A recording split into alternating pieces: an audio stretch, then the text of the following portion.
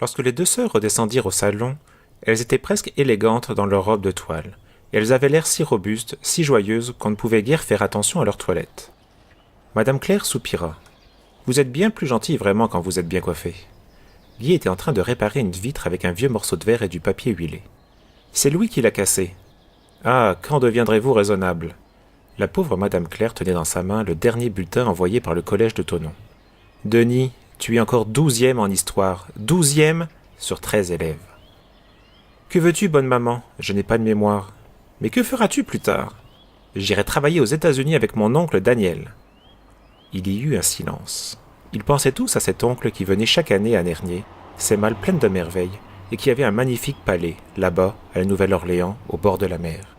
Et il avait aussi un parc où le vent balançait des palmes et des lianes en fleurs. Il ne faut pas trop compter sur votre oncle. Il a une fille, Jane. Ah oui, notre cousine inconnue. Mais il n'a pas de fils. Il aura besoin de jeunes successeurs pleins d'initiative et d'intelligence. Les cadets rirent et Louis protesta. Et plein de courage aussi, n'est-ce pas? Pourquoi est-ce qu'elle ne vient jamais en France, cette cousine Jane? Parce que, depuis que votre oncle est veuf, il tremble toujours pour la santé de cette petite. Il redoute pour elle de grands voyages.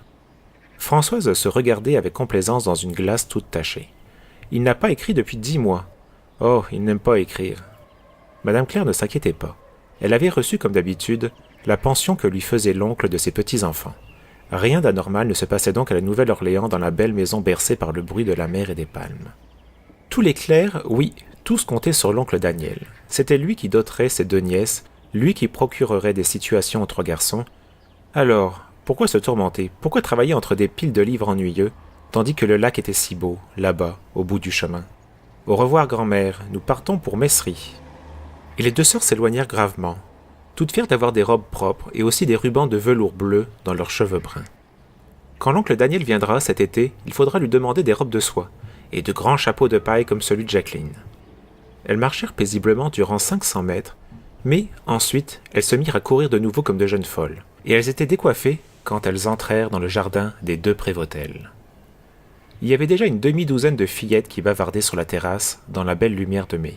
« Ah, fit Jacqueline, surprise, je pensais que vous ne viendriez pas. » Elle était mince, blonde et fragile. Elle avait toujours l'air d'une poupée qui sort de sa boîte, mais elle était douce et bonne.